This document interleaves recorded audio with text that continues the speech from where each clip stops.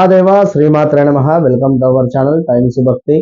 మనము ఎదుగుతూ ఉండే అటువంటి సందర్భాలలో కానీ మనపై కొందరు జలసిగా ఫీల్ అయ్యేటువంటి సందర్భాలైనా లేదా మనపై కొంత చెడు దృష్టి ఉంది అనుకునేటువంటి సందర్భాలలో అయినా మనకు రావాల్సినటువంటి ప్రమోషన్స్ కానీ పదవులు కానీ లేదా కొన్ని చేయదాకా వచ్చి మిస్ అయిపోతున్నాయి అనేటువంటి సందర్భాలలో ఈ యొక్క రెమెడీ చేయండి మనం చెప్పారు. అయితే ఇది 7 శనివారాలు కూడా కంటిన్యూగా చేయాలి. ఈ 7 శనివారాలు ఎలాంటి నాన్ వెజ్ కానీ మత్తు పదార్థాలకు దూరంగా ఉంటూ మనం చెప్పేటువంటి రెమెడీ చేయడం వల్ల చాలా సింపుల్ రెమెడీ. దీనివల్ల మనపై ఉండేటువంటి చెడు దృష్టి లేదా మనల్ని కొంతమేర తక్కువ చేసేటువంటి వారు కానీ మనకు ఒక ఎనర్జీ అనేటువంటిది ఫామ్ కావడానికైనా ఎంతో అత్యంత అద్భుతమైనటువంటి ఈ యొక్క రెమెడీ మనకు ఉపయోగపడుతుంది. ఎందుకు అంటే మనము ఎప్పటికప్పుడు కూడా మన ఆరాను క్లీన్ చేసుకుంటూ ఉండాలి. కొంతమేర అద్భుతమైనటువంటి పాజిటివ్ ఎనర్జీతో మనం ఉండాలి. సో ఎవరో ఇప్పుడు ఉదాహరణకు ఎవరికో ఒక మనకు మైల ఉంది అనుకున్నాం, అంటే లైక్ సూతకం, ఎవరో మనకు పురుడు అంటారు, పుణ్యపురుడు అంటారు, లేదా శుభపురుడు అంటారు, లేదా అశుభపురుడు, ఇట్లా ఉండేటువంటి సందర్భాలలో మనం తెలిసి తెలియక వారిని త్రాకిన వారితో మాట్లాడినా కూడా కొంత నెగిటివ్ ఎనర్జీ అనేటువంటిది మనకు ఉంటుంది. లేదా మన పాలివారే ఎవరైనా జరిగిపోయినటువంటి సందర్భాలలో కూడా మనకు తెలియకుండా కొన్ని మనము పూజా పునస్కారాలలో పాల్గొంటాం. కొన్ని తెలిసి కూడా ఎవరూ పట్టలేదు, నేనేమిటి పట్టేది, నాకు కూడా అవసరం లేదు అని కూడా కొందరు దీన్ని లైట్ తీసుకొని చేసుకుంటూ ఉంటారు. ఇట్టి సందర్భాలలో మనకు తీవ్రమైనటువంటి ఇబ్బందులు ఎదురవుతాయి.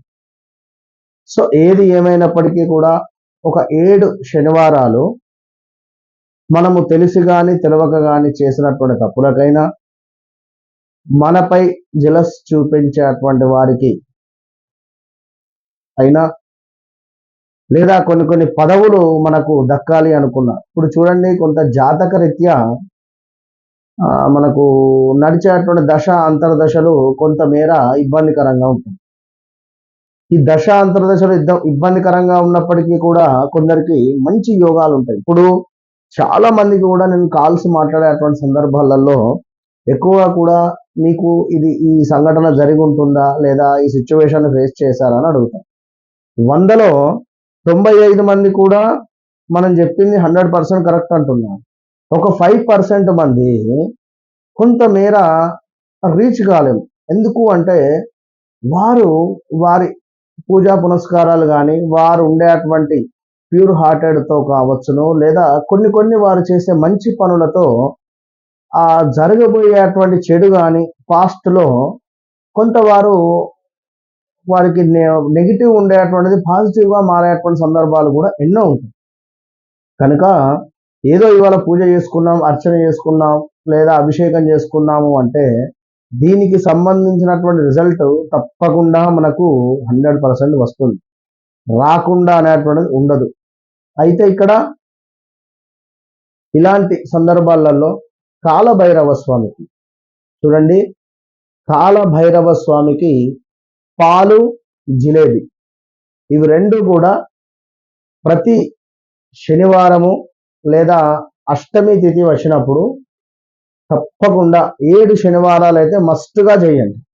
7 శనివారాలు మిస్ కాకుండా కాలభైరవ స్వామికి ఖచ్చితంగా కూడా మీరు అభిషేకం కానీ అర్చన కానీ జరిపించి చక్కటి పూలమాలను సమర్పించి పాలను జిలేబీని ఆ స్వామివారికి నివేదన చేసి ఆ ప్రసాదాన్ని మీరు కాస్త భుజించి స్వామివారి పాదాల దగ్గర ఉండేటువంటి ఆ పుష్పాలు కానీ అక్షితలు కానీ తీసుకొని ప్రసాదంగా భావన చేసుకొని తప్పకుండా మీరు నమ్మకంగా చేయడం వల్ల 100కు 200% కూడా అద్భుతమైనటువంటి రిజల్ట్ మీ సొంతం.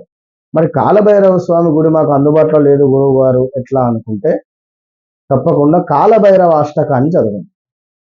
కాలభైరవ అష్టకాన్ని చదివి చక్కగా కూడా ఆ జిలేబీని నలుగురికి పంచే ప్రయత్నం చేయండి.